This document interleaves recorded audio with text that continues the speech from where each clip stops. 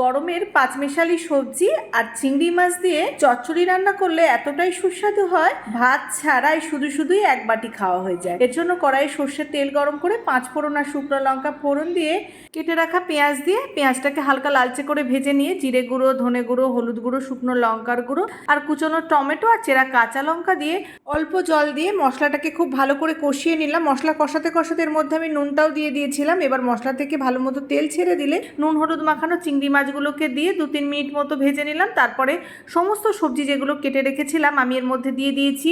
কাটোয়ার ডাঁটা, আলু, ঝিঙে, বেগুন, লাল আলু আর কুমড়ো, সব সবজি একসাথে দিয়ে নেড়ে চেড়ে ভালো করে মিশিয়ে বেশ কিছুক্ষণ কষিয়ে নেব আর ঢাকা দিয়ে দেব। সবজিতে জল দেওয়ার কোনো প্রয়োজন নেই, এই সবজি থেকেই অনেকটা জল বেরোবে আর ওই জলেই কিন্তু সবজিগুলো খুব ভালো মতো সিদ্ধ হয়ে যাবে। সব সবজি ভালো মতো সিদ্ধ হয়ে গেলে অল্প একটু চিনি দিয়ে নেড়ে চেড়ে মিশিয়ে জলটা কমিয়ে মাখো মাখো করে নামিয়ে নেব।